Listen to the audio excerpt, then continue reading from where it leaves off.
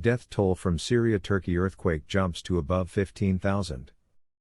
On Thursday, the Crisis Management Organization for Turkey reported that more than 15,000 people had died due to the earthquake that slammed Turkey and Syria. The organization reported that a total of 12,391 fatalities in Turkey from the 7.8 magnitude earthquake and its subsequent aftershocks had been confirmed. The Associated Press reported that 2,902 people died in Syria, but the Ministry of Health stated that the death toll had surpassed 3,300. The Syrian National Seismological Center reported on Wednesday that a brand new 4.3 magnitude earthquake with a 30-kilometer depth had been registered on the Syrian-Lebanese border. The collapse of a residential building in Harasta, east of Damascus, prompted medical professionals to respond right away with 7 ambulances, according to the Syrian Ministry of Health. According to the Syrian news agency Sana, the residents of Damascus, Aleppo, Latakia, and Homs reportedly felt the earthquake. Recep Tayyip Erdogan, the president of Turkey, acknowledged shortcomings on Wednesday in response to criticism of his administration's handling of the devastating earthquake, one of the deadliest of the century. Erdogan visited Kahramanmaraş, the earthquake's epicenter, one of the worst-hit areas, and acknowledged shortcomings in the response as internet criticism grew. Undoubtedly, there are problems. The circumstances are plain to discern. It is impossible to prepare for a catastrophe like this, the president of Turkey warned.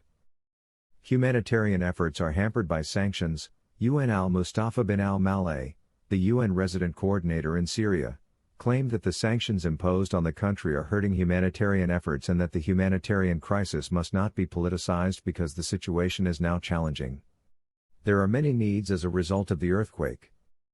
The United Nations organizations, according to bin al-Maleh, wanted to highlight the suffering of Syrians as a result of the sanctions placed on their nation and the negative impact these sanctions have had on humanitarian efforts because they have prevented millions of dollars in financial aid from reaching Syria.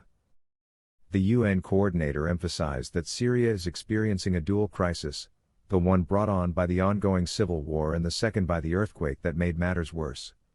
4 million Syrians needed aid every day before the earthquake, making up 15 million people who required aid overall. Bin al-Maleh urged the relevant parties to avoid politicizing the Syrian humanitarian crisis to assist the affected people, emphasizing the vast number of needs there. Mohammed Saif al-Din, the Syrian Minister of Social Affairs and Labor, emphasized that in addition to the gasoline and equipment required to save the victims of the deadly earthquake, there was a severe lack of food, medical supplies, and relief items. Saif al-Din clarified that the scarcity was brought on by the economic embargo put on Syria, which is directed at the Syrian people and keeps them from accessing even the most fundamental essentials. To assist in rescuing the lives of those still trapped beneath the rubble, the Syrian minister urged Arab and foreign nations to provide greater support to Syria to help save the lives of those who are still under the rubble. On Wednesday, a Venezuelan jet carrying relief supplies for the earthquake victims touched down at Damascus International Airport.